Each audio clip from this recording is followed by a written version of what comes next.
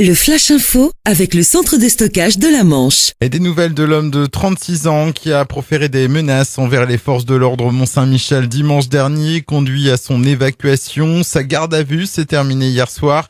Il a été déféré devant le parquet de Coutances et une information judiciaire est ouverte avec les chefs de menaces de mort ou d'atteinte aux biens dangereuses pour les personnes à l'encontre d'un dépositaire de l'autorité publique ainsi que d'injures publiques envers un corps constitué. Pour rappel, dimanche dernier, plus de 60 gendarmes et un hélicoptère avaient été mobilisés pour tenter de le retrouver. Finalement, c'est un automobiliste qui faisait une pause sur l'aire de Gouvet qui a retrouvé la trace du suspect dans la soirée. Il avait remarqué l'homme en conversation avec d'autres voyageurs qui se vantaient d'avoir échappé aux gendarmes et d'avoir mis le bazar au Mont-Saint-Michel.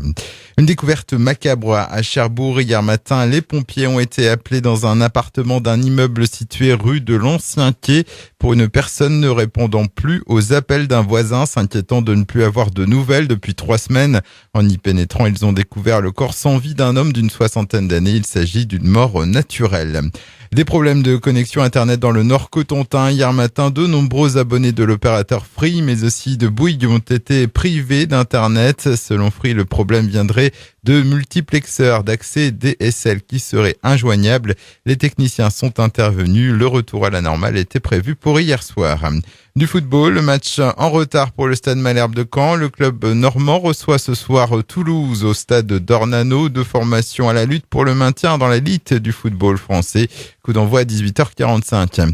Et puis le plus gros ferry fret et passager du monde qui devait relier Cherbourg à Dublin dès le 13 juillet ne sera pas prêt à temps, annonce d'Irish Ferries qui annule les traversées jusqu'au 30 juillet.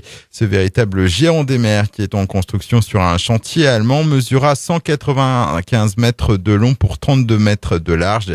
Il sera capable d'embarquer plus de 1800 passagers, mais également 330 camions. Le Flash Info vous a été présenté par Landra, centre de stockage de la Manche à Digueulville. Pour en savoir plus et visiter notre centre, 0810 120 172, coup d'un appel local.